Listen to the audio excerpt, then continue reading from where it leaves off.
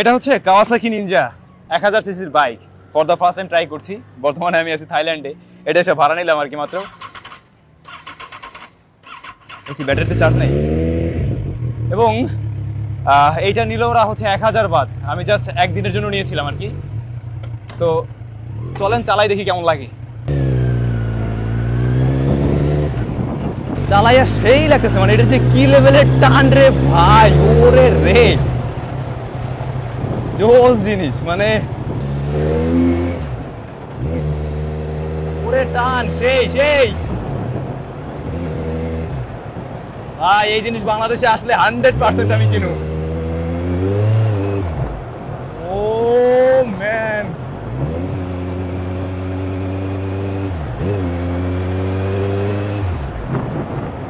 অস্থির এক জিনিস।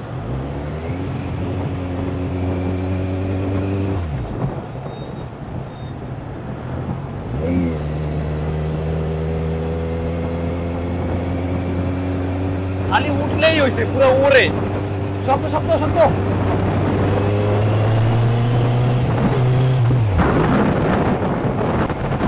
সেই সেই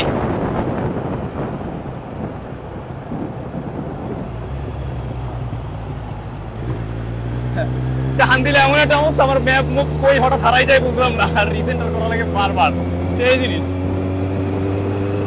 তো অনেকে জিজ্ঞেস করতে পারেন যে এইগুলো আসলে থাইল্যান্ড আসলে আপনি কিভাবে ভাড়া নেবেন। দেখবেন রাস্তার পাশে প্রচুর পরিমাণে বাইক রয়েছে এবং ওরা এগুলোই ভাড়া দেয় আর কি। তো ভাড়া নেওয়া কোনো কঠিন কিছু না।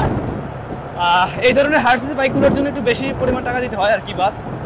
বাট স্কুটার আপনি যদি কয়েকদিন থাকেন, নিজের চলাচলের জন্য দরকার হয়, তাহলে স্কুটার নেওয়াই বেস্ট। কম টাকায় আপনার নিজস্ব চলাচলের জন্য জোস জিনিস। আর যদি মনে করেন না একটু মজা নিবেন, এই ধরনের বাইক তো আমরা বাংলাদেশে আসলে চালাতে পারি না, তো সেই ক্ষেত্রে আইসা এগুলো একটু বেশি টাকা পয়সা দিয়ে আপনাকে নিতে হবে। বাট সিরিয়াসলি সেই মজা। আর ড্রাইভিং লাইসেন্স না, ওইটা থাইল্যান্ডে লাগে না। আপনি ড্রাইভিং লাইসেন্স ছাড়াই এখানে রাইড করতে পারবেন, মানে ইন্টারন্যাশনাল লাইসেন্স লাগবে না। তবে যখন বাইক নেবেন আপনার পাসপোর্ট ওরা রাখবে। বাইক যখন জমা দিবেন তখন ওরা হচ্ছে গিয়ে পাসপোর্ট ব্যাক দিবে। তবে যে বিষয়টা দাঁড়াইলো সেটা হচ্ছে, আপনি যদি কয়েকদিনের জন্য নেন তখন গিয়ে আপনার এই বাইকের খরচটা কম আসবে আর কি। হ্যাঁ, মানে ইন টোটাল। আর যদি একদিন দুদিনের জন্য নেন ওটা লস, প্লাস 2-1 ঘন্টার জন্য নিলে আরো লস। ও একদিনে টাকা রাখবে, এই হচ্ছে অবস্থা। বাট আমি সেই মজা পাইছি, 2 লিটার তেল ঢুকাইছি আর এখন দিন রাত বিন্দাস।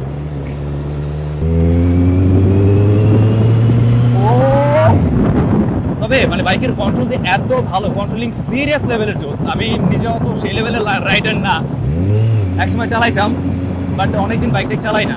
কিন্তু এটা উঠে আমার একটুও প্রথমেই মানে আনইজি ফিল বা কোনো কিছু লাগে নাই। মনে হলো যেন আমার লাস্ট বাইকটাই আমি আবার চালাইতেছি, এমন সব মিলে জোস।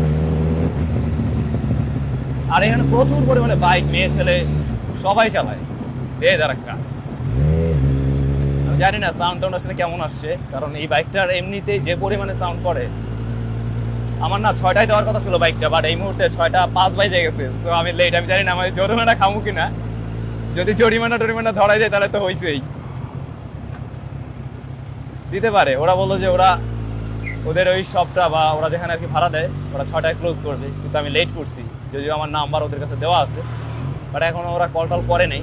দেখা যাক, 5-10 মিনিট একটা মানুষের তো লেট হইতেই পারে। আর থাইল্যান্ডে প্রচুর জ্যাম আছে, মানে জ্যাম ঠিক না, সিগন্যাল করে, ট্রাফিক আছে।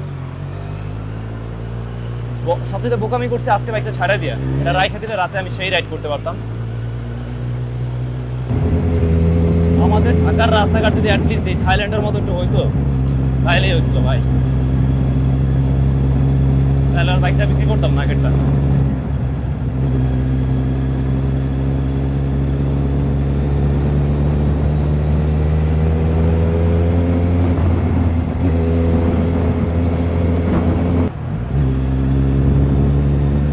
থাইল্যান্ডেও এত গরম, বাংলাদেশের থেকে আসলাম যে এখানে একটু ঠান্ডা হয়েছে কিনা, তো একই অবস্থা। থাইল্যান্ডেও গরম, খালি হোটেলের মধ্যেই শান্তি।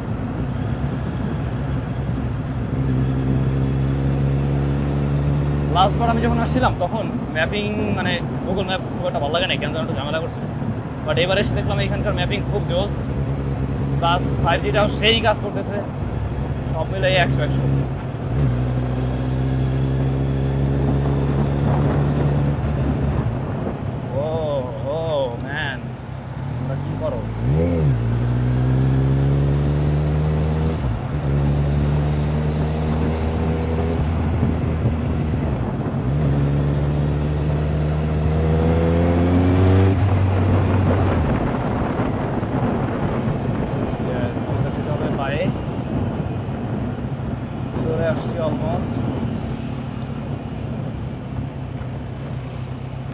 যাই আমি বায়ে,